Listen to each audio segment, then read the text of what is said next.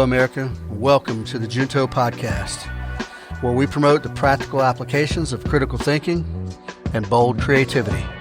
I am your host, Edgar Mills. Thanks for joining us.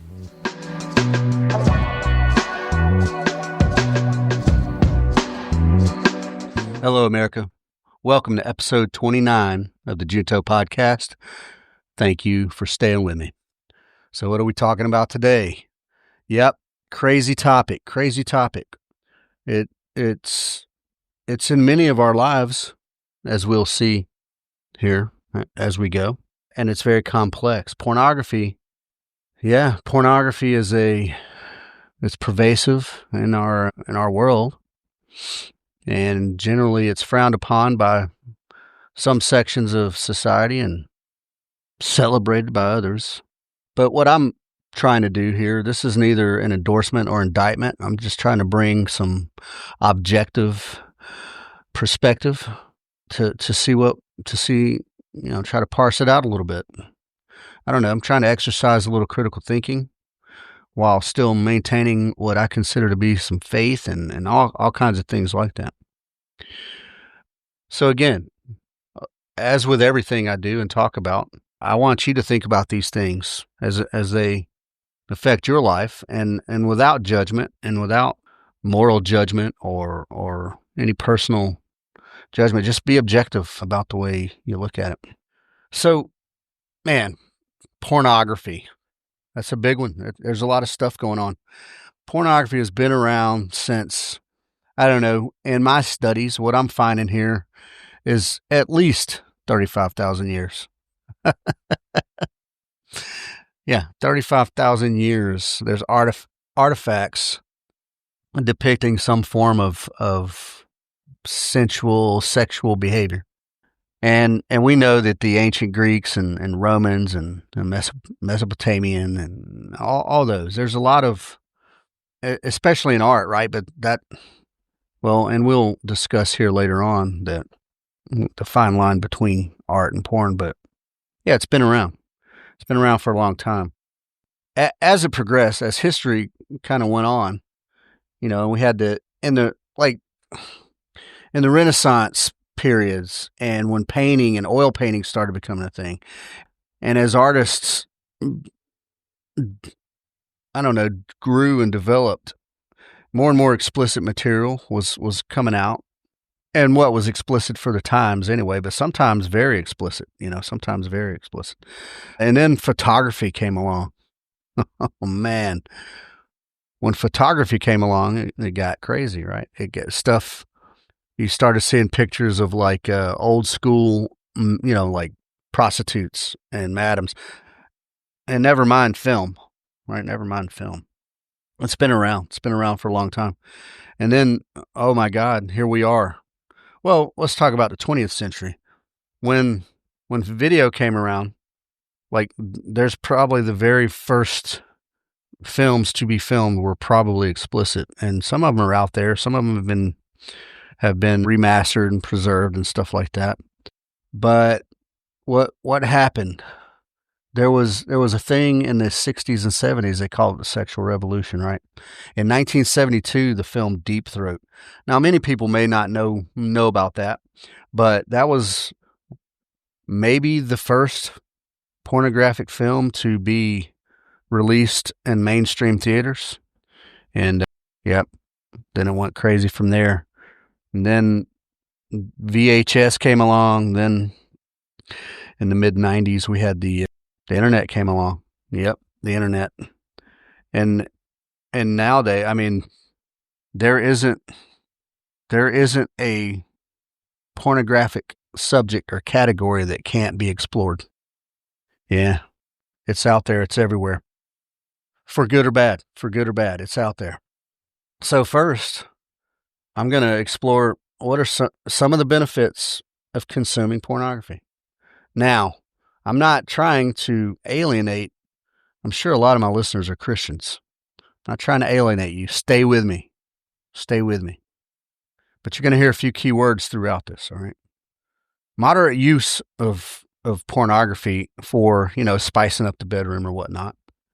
Yeah, moderate use. Yeah, you can You and your wife or husband, you can spice it up. And if you're a moderate person, and if you're a sane and stable human, you can enjoy it for what it is. It's just sort of visual stimulus. It's okay. And there's so much out there to choose from that, there's pornography that targets couples. There's very romantic depictions of things. Now I don't want to get a lot into content because there's something, it's all out there. But if you're kind of chubby, and you're looking at some chubby porn, and you're like, oh yeah, well there you can body acceptance is what I'm getting about, right? You start to see that there's other humans out there like you enjoying things like sex. You don't have to be a recluse or whatever. What else? I mean, stress relief. Yeah. Sometimes just rub one out and that's relaxing. So there are some benefits. And now how deep do those benefits go? We don't know. Let's see. I'd say that if you and your wife, you and your lover, you and your husband, you explore a little bit in the bedroom, try some new things in a healthy way, try some new things. It might help you open up the conversation a little bit where you might have been embarrassed to talk about a thing. You watch it on the video there and you're like, oh, what do you think about that? And it might open it up a little bit.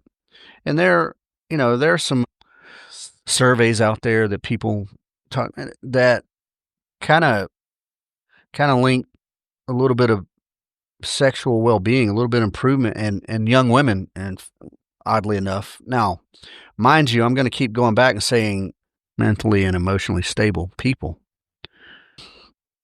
Yeah, you can explore some curiosities. You can even use it for education, sex education, and in some degrees, to help you and your husband and wife, achieve orgasm.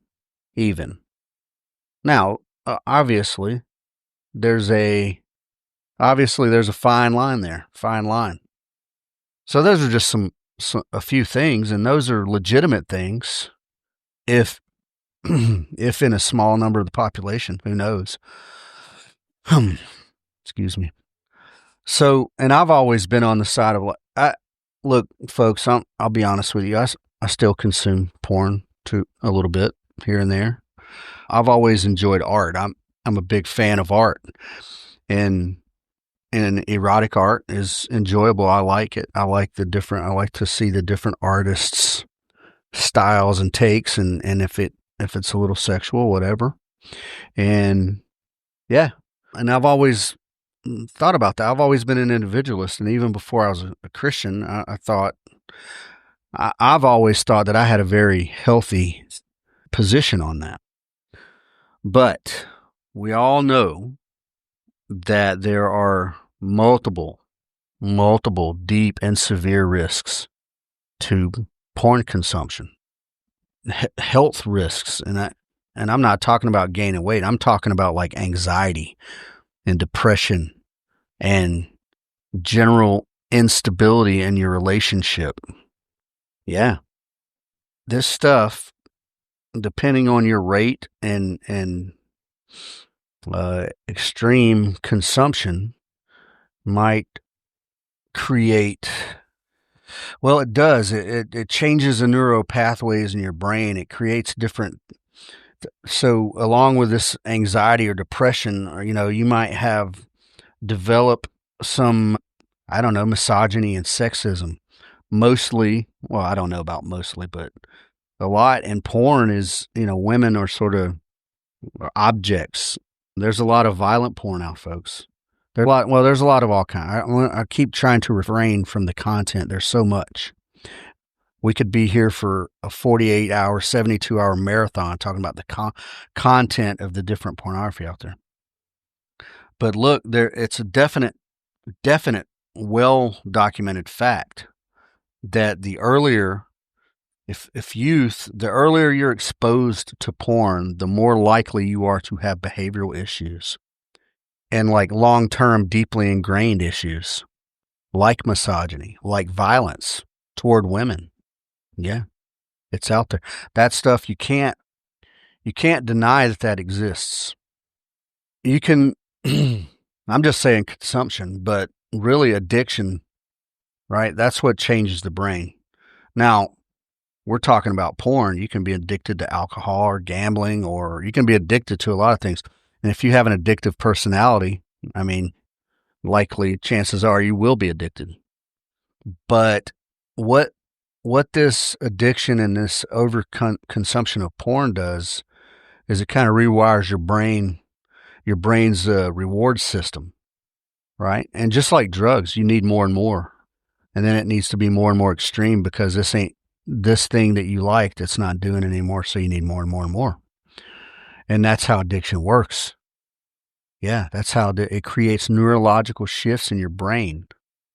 Now, in today's age, man, it's difficult. They're on the internet, like your kids out there in the wild, even if you don't let them have phones, which you shouldn't, by the way. One of their friends has a phone. And if their parents are irresponsible and they don't have any child blocks on that phone, there's somebody out there showing your kid. I don't care what age you're talking about. If they're in a public school, even private school, some kid is showing them some wildly inappropriate shit. You have to be aware of that. It exists, folks. It exists, and it's happening. So be very mindful of that, because once they're hooked, once they're addicted, it don't matter again if it's porn, if it's drugs, or whatever. That begins a life of problematic behavior. We talked about the anxiety and depression, but then extreme sort of, what's the word I'm looking for? Expectations on body types, like of your own body. You watch porn out there and there's some 25-year-old dude who's ripped and has a 10-inch penis, and you're looking at yourself like, whoa, whoa, whoa, am I normal? Right? If you got some 12-year-old kid seeing that and he's like, my God, is that normal? Well, is it? And not just in boys, especially in women, right?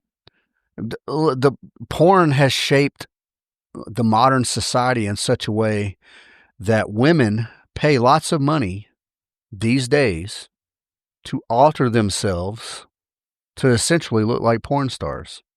You got the lips and the ass lifts and the big boobs and the tans and the paint on eyebrows and all that shit and the ridiculous clothes. All that is to mimic what, I don't know, probably in the 80s and 90s was they tried to glamorize porn, to the point that it seemed, glamorous. And these days now you got women who pay big money to look like this. Do they act like that? I don't know. Maybe not. I don't know. But it creates these mental issues that have deep and lasting impact, folks. Deep and lasting impact. And there's study after study. Look, I'm reading notes right now, but every point I'm making, there's like 4 studies attached to it from mentalhealth.com, or a study by Vier and Griffiths, IFS and Perry, 2025, Culture Reframed, 2023. There's so many studies, which is, it's not bizarre. It makes sense because we're always trying to find the sources, right, of behavior problems, of criminal activity, of all that. And again, I go back to childhood. Early exposure by children will increase and distort their view of the opposite sex and objectification, and then risky behaviors. Yeah. From boys and girls. And what's a thing that sort of, what's a trigger for that? Anybody? Yeah, early childhood trauma and sexual abuse. Yep. When your shithead uncle wants to put his penis in your butthole when you're 8 years old, you're going to be impacted by that mentally and psychologically. Yeah. Early childhood trauma, sexual abuse then leads to, or can lead to, early exposure, or that might have been a part of the exposure to pornography. And then you grow up trying to wonder why you're all fucked up. Protect your kids, good people. Protect them at all costs. The kids are vulnerable. We know this. We'll elaborate on it here in a little bit. Relationships, man.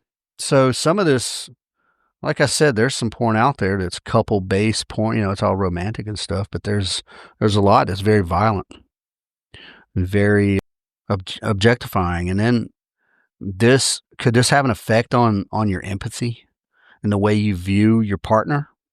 It could. Could overconsumption of pornography have an effect on your ability to have satisfying sex? At some point, your kinks and fetishes expand beyond what your mate is able to or willing to do with you or for you. And couldn't that trigger a little resentment or aggression even? Yeah. So it could have effect. And never mind. What if you're sneaking around and watching porn and hiding it, and then your wife finds out? Yeah, that can have an effect on your relationship, can it? Maybe that's a discussion that needs to be had. So the psychology of pornography as it affects you as a consumer, right? The way you consume pornography, it probably is triggered by some early traumas or early exposure. And then it can have long-term mental health impacts, ultimately affecting your relationships with anyone, but especially women. And if you're already married, then it might be having an effect on your relationship as you're married.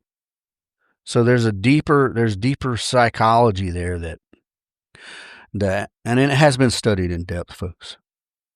So what about, never mind the psychology of the consumers, what about the performers? What about them?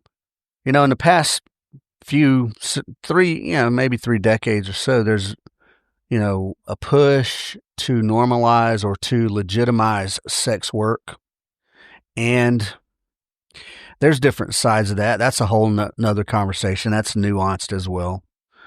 But generally speaking, if we look at the mental health and the past traumas of the performers, we can see that there is a very abnormally high rate of sexual abuse as a child. Abnormally high instances of depression. And there's even post-traumatic stress, not just from childhood, but for performing.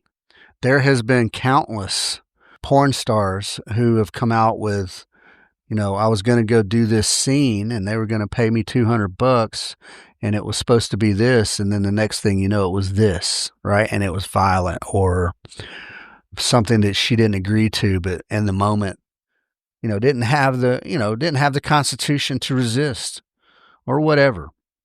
And then never mind the high drug use and things like that.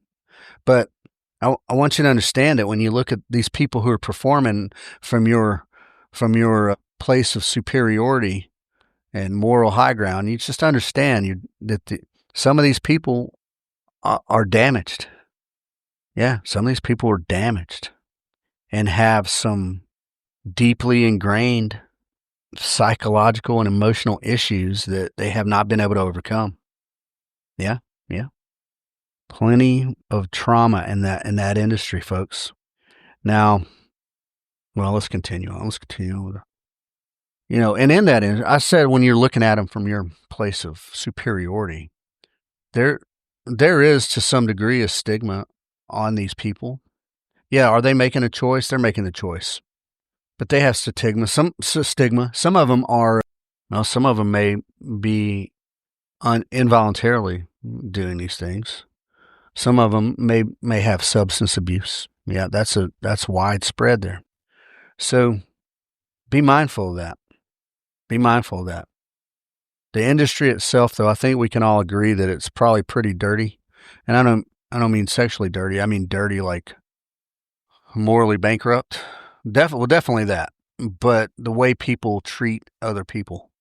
And I'm not saying this forever. There's probably some great people in the porn industry. I imagine they're just like any other industry. There's shitbags and good people.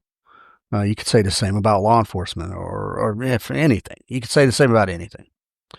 But understand that probably the vast majority of people participating in that industry were probably damaged emotionally in some way, mentally in some way, or just on substance abuse. And we'll get into the involuntary stuff in a little bit.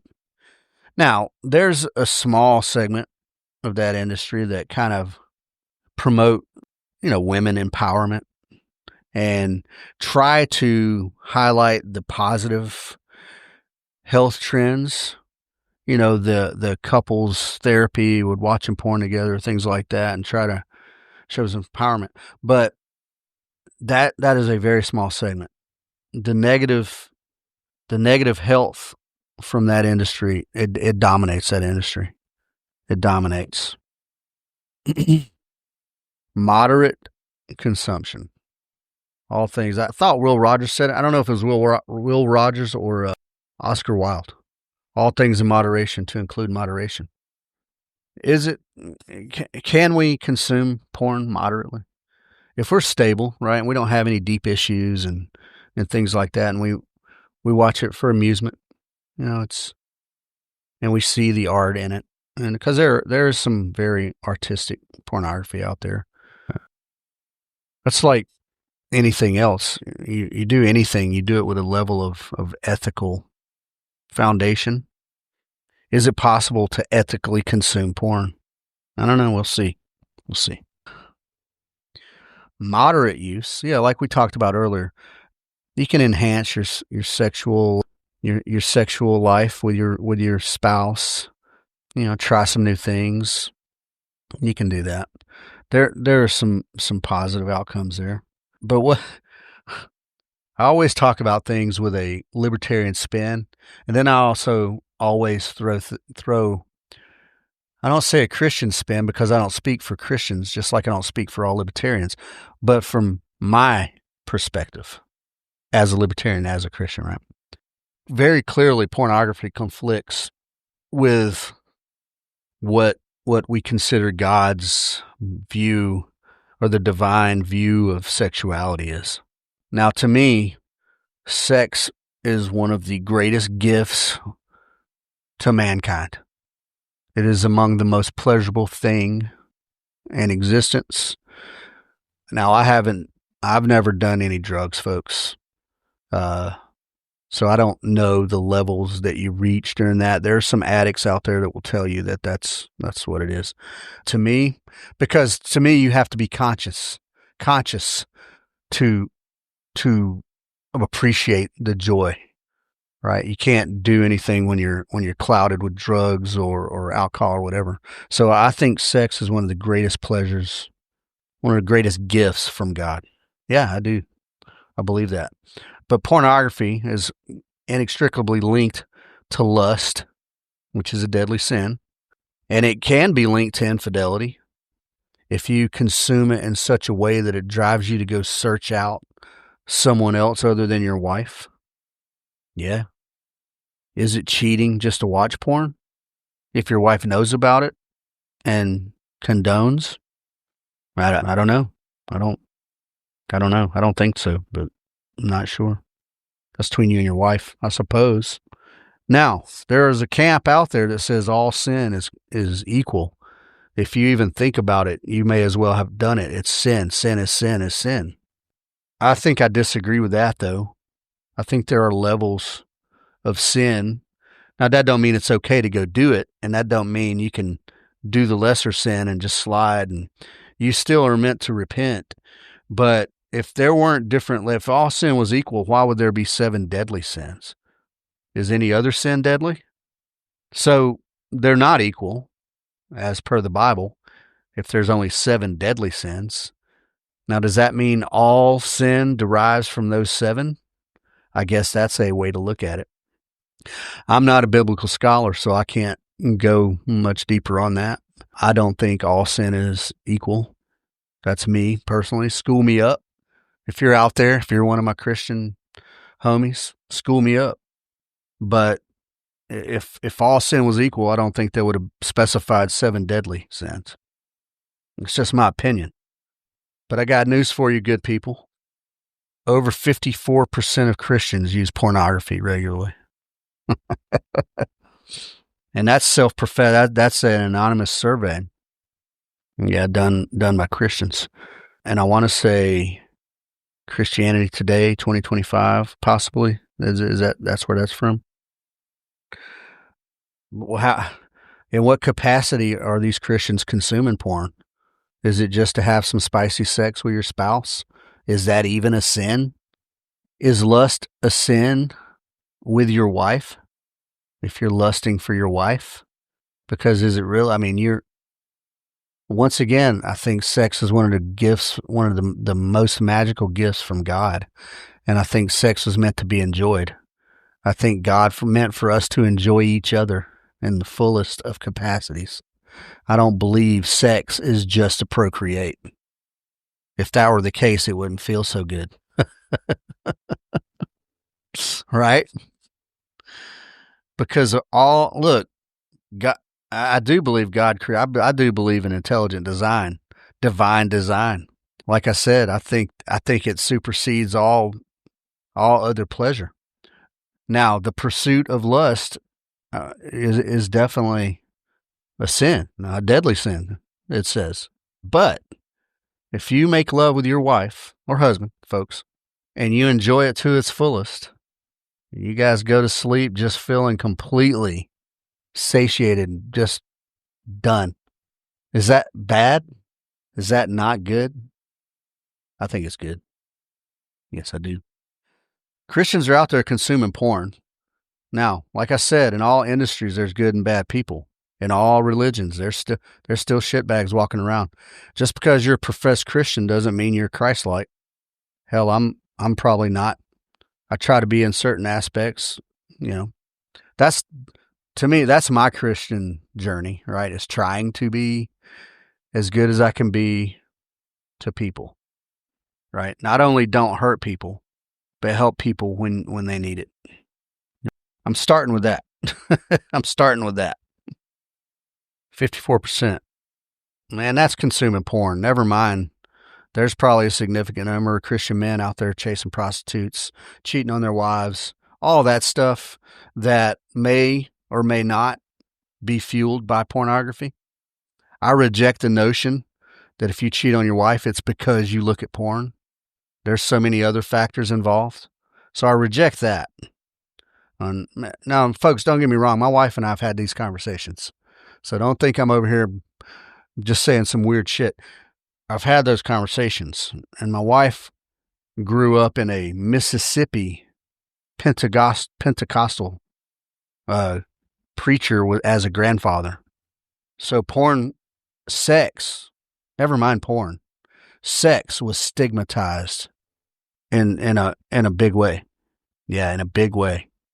So, yeah, man, and then you see an overreaction from people who are shielded or not given the true nature of sex between husband and wife.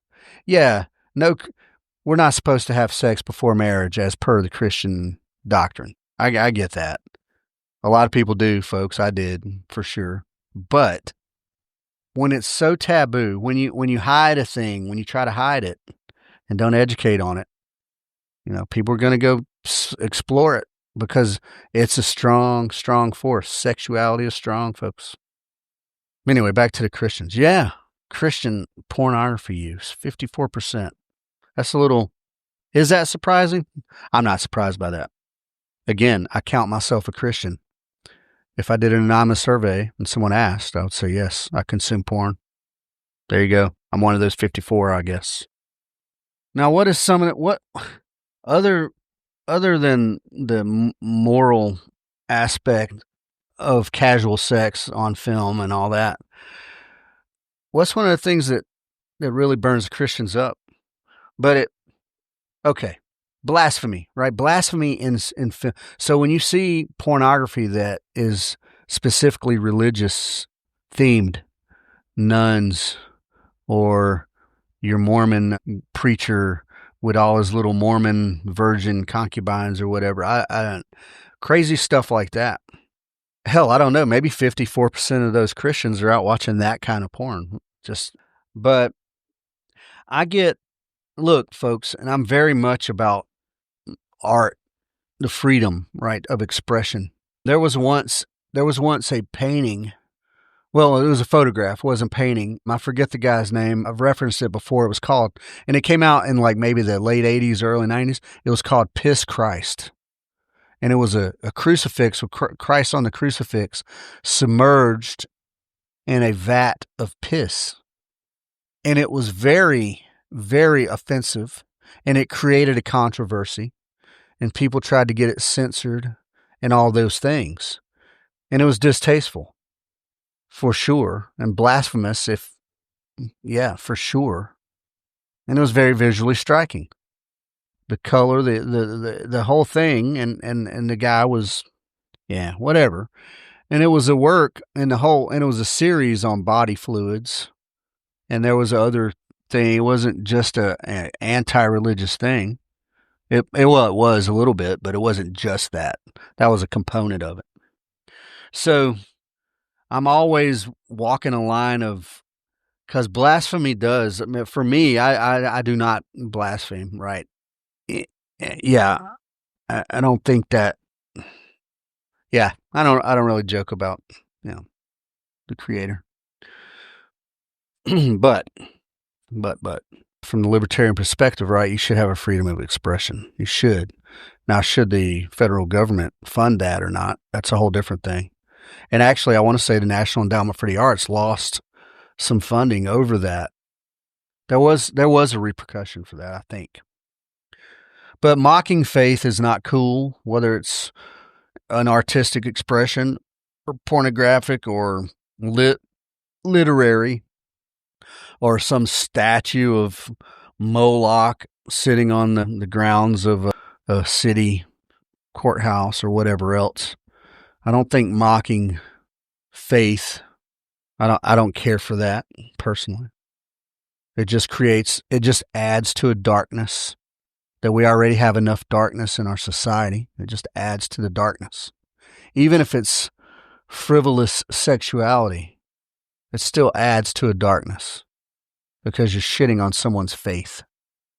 All right, let's move on. The sex industry, folks. Well, there's some different numbers here. The sex industry is a multi-billion-dollar industry. Now, that's above board, and then below, there are varying numbers on the underground sex industry as far as money goes and as far as numbers of humans and this and that and the other. But you can't talk about pornography without talking about sex trafficking and stuff like that. Do I think all pornography is produced with involuntary hostages? No, I don't. I don't at all.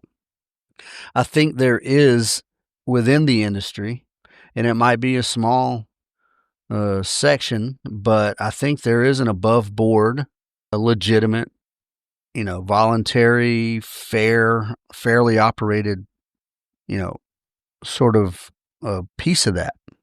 But you cannot separate sex trafficking from pornography. So, I mean, this could be a whole nother episode, just sex trafficking alone. Never mind a result being pornography. That's just one small piece. What drives that kind of stuff? How are people kidnapped? I think there's a 2024 study, trafficking rose in 2024 by 25% from what it previously was. Now we're already almost to the end of 2025. What drives that, man? I mean, just crazy stuff. Poverty. Yeah, I guess. No, probably largely poverty. These third world conflicts. Yeah. And somewhere between 60 and 70% of traffic victims are women, female, 40% being children. That's a humongous number. Let me see here. Is there a number? 250,000 U.S. children are at risk from being trafficked for purposes of who knows what, prostitution, slavery, and all that stuff. Pornography, underground, dark web shit, that vile.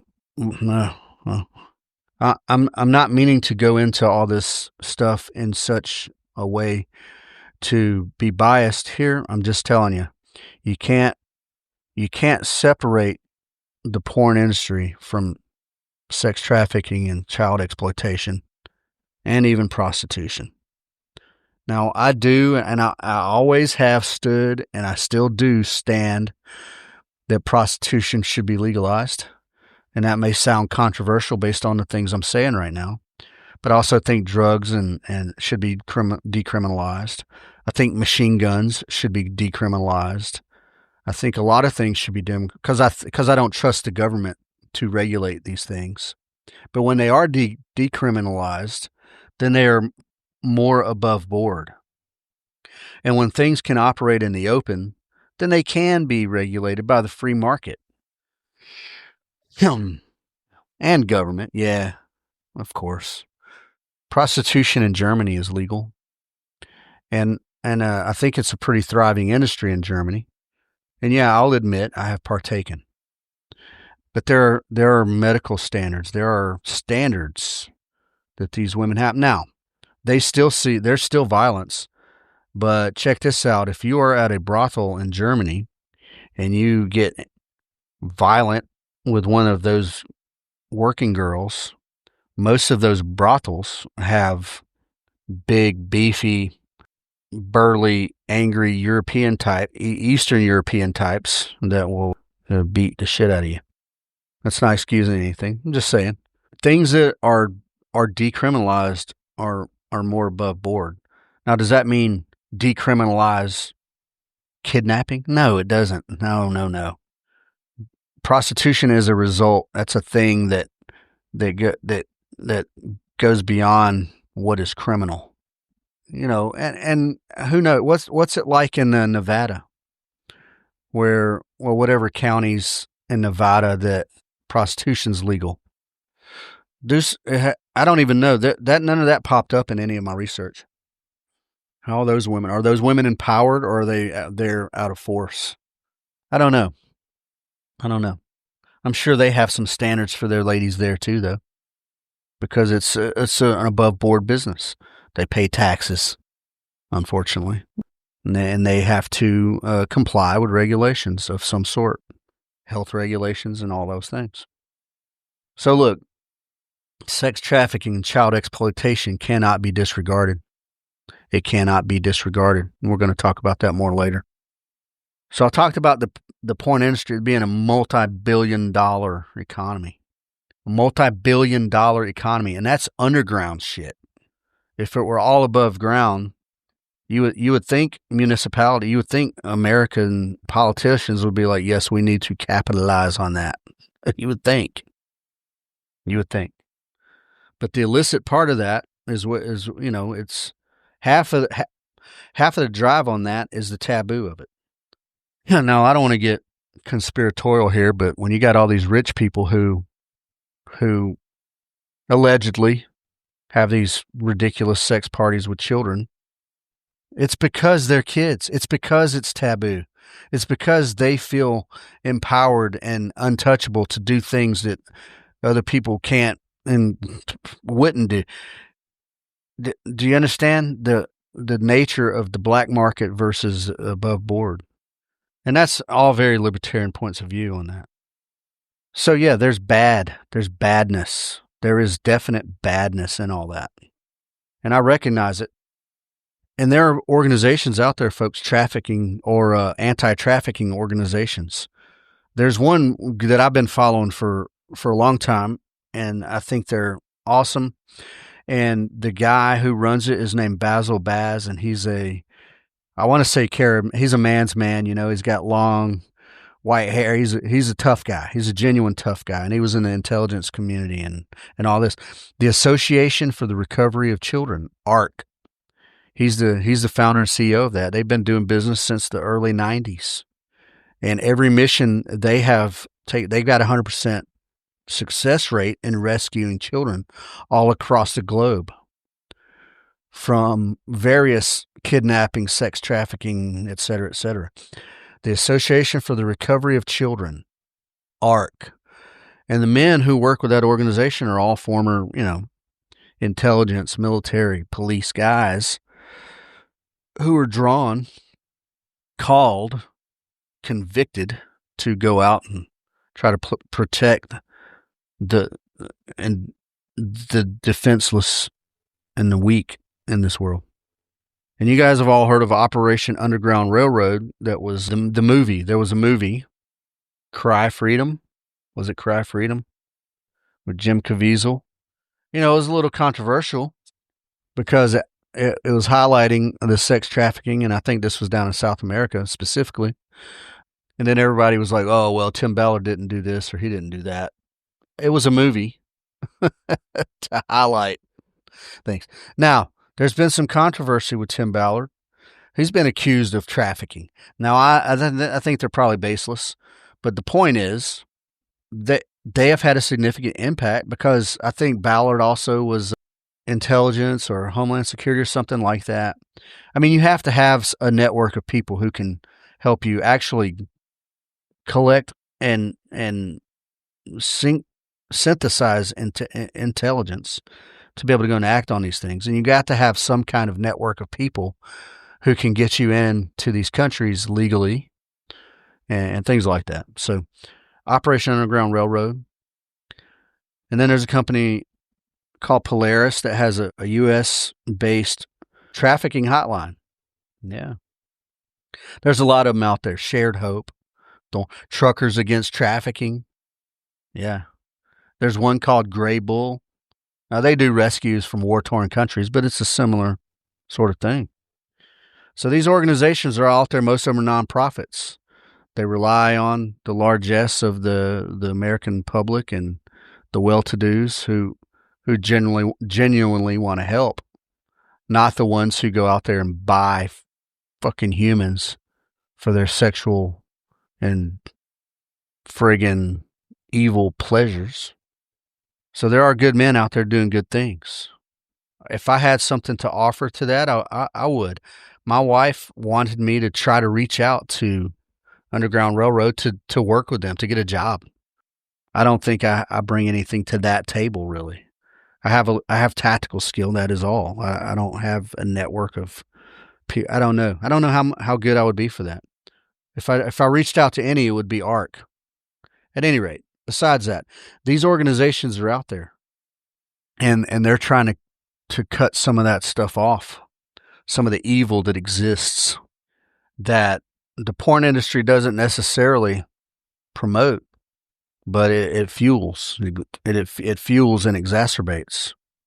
We all know as long as there's a demand, somebody will fuel the supply. Somebody will provide. And does the porn industry create that demand? I don't know that it creates it from scratch, but it certainly exacerbates it. Yeah. Sex and sexuality are very powerful things, and they drive our connection. This is why men and women get together. It's a natural instinct. There's pheromones. There's body types that people do. Sometimes you look at and connect and you're like, oh my God, this person, I want to be a part of this person. And the pleasure can be immense and almost indescribable. And it can be good. It doesn't have to be exploited. It doesn't have to be ugly. It can be beautiful. But there's always the risk of addiction. If you don't take this pleasure and process it and go about it correctly, there's the risk of addiction. And then there's always the risk of exploitation. Always. It's out there. In every sector, in everything, there is always someone who will exploit what is good about this thing. It doesn't matter to industry. There are people extorting money. There are people lying and they're doing Ponzi schemes in the banking industry. There's people in any industry exploiting. There are restaurants selling you one thing and calling it this thing, but it's really something else to cut down on ingredient costs. Just crazy shit like that. There's exploitation all over the world, all over the industries, all over everything. There's some way to undercut and undermine it. Can we consume pornography ethically? Ethically. Now, look, I mean secularly here. Yes, as a Christian, it's not ethical necessarily to watch pornography. And I don't know. Again, we have to talk about this with smarter people than me. But can you and your wife, who you've been married to for 29 years, lay up in the bed, with some candles on, and throw some sexy porn on the TV, and roll around and get down and get worked up and have a great time? Yeah, that can happen. Is it ethical from a Christian perspective? Unknown. If you're assuming that all porn comes from exploitation, probably not. But again, I already gave you my opinion. I think that there is a sector in the porn industry out there that is above board. I think so. So can we consume porn ethically in a secular way? Yeah, I think we can.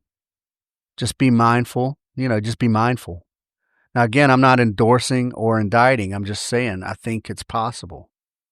I think it's possible. But understand, excess can lead to bigger problems. Excess can lead to emotional and mental issues that can potentially, and massive excess can rewire your brain where you find no pleasure anymore. You have to chase pleasure now. And that is not Christian-like at all. You should be chasing, God's favor, not your physical pleasure. Again, it's a gift of God when it's done correct. It's a gift of God when it's done correctly. When it's done incorrectly, it takes focus away. Ethical consumption of pornography requires an awareness of the content, the source of the content, the performer conditions, and was this pornography literally, was it ethically produced, voluntary, fair? Yeah, was it? Because otherwise it can exploit vulnerable people, vulnerable women, and unfortunately out there, vulnerable children. So maintain some stability, some mental and emotional stability. Make informed choices. And then engage in a healthy way if you want to. Pornography. It's a complex issue, folks. It's complex and it's nuanced. It's complex and nuanced. You could go off you could branch off of any one of these little topics I touched on and just go on and on. Again, think about it critically, folks, and from whatever your value system is. Think about that. And if you're one of the Christians, one of those 54% or whatever, put it in perspective. At least put it in perspective and assess. Don't be willfully ignorant of the porn you consume. Now, look, good people, in my life, I've seen some bizarre shit. Be mindful of the things you consume. Hell, that applies to everything. Think critically and be mindful of all the things you consume. All right, good people. That was the topic of the day. Follow us on follow all the websites, ospreyshootingsolutions.com, twoteamguys.com, and thejuntopodcast.com. The Junto Podcast being on all the platforms, Spotify, Apple, Podbean, etc., etc., etc. Please give me your feedback. I always want your feedback, and you can do it via any of those platforms, or you can find me on Instagram, Osprey Shooting Solutions, Two Team Guys. And good people, help a homie emergency fund. Give, send, go. pornography.com /help a homie fund. That is one of my efforts to amass some dollars to be able to help people that need it, that can't go through whatever formal channels, that don't qualify for whatever formal things, that need a little help. I'm not building houses for people. I'm trying to help somebody make a shortage up in their rent, or buy some diapers for their kid, or get a Sam's Club pack of ramen so they don't starve to death, or help with a vehicle repair that's got them down so they can't get to work to catch 22. You know what I'm saying? When your transportation is down, you can't make the money. You can't make the money. You can't pay the bills. You can't pay the bills. You go to jail. So all of those things. Help a Homie Fund, folks. Please follow it. I do have an Instagram for that, but and the people that have donated so far, I appreciate you all. I know who you are, and I thank you, and I appreciate you. And for those of you out there who've got deep pockets, please consider it. GiveSendGo.com /help a homie fund. Eventually, the future of this Help a Homie Fund, I hope to make it a nonprofit to get bigger donations to be able to help more people. And then, we'll do the board and we'll have all these things. Believe me, folks, I will be a good steward of your money, and I seek out the wisdom and guidance of people smarter than me. But folks, I'm at a point where I've given every month. I give all I can give financially. So I need help. Help me help others. Okay. Now that's all I got, folks. Take care. Thanks very much. Treat people well and have good manners. Have good manners. All right. I love you guys. Take care.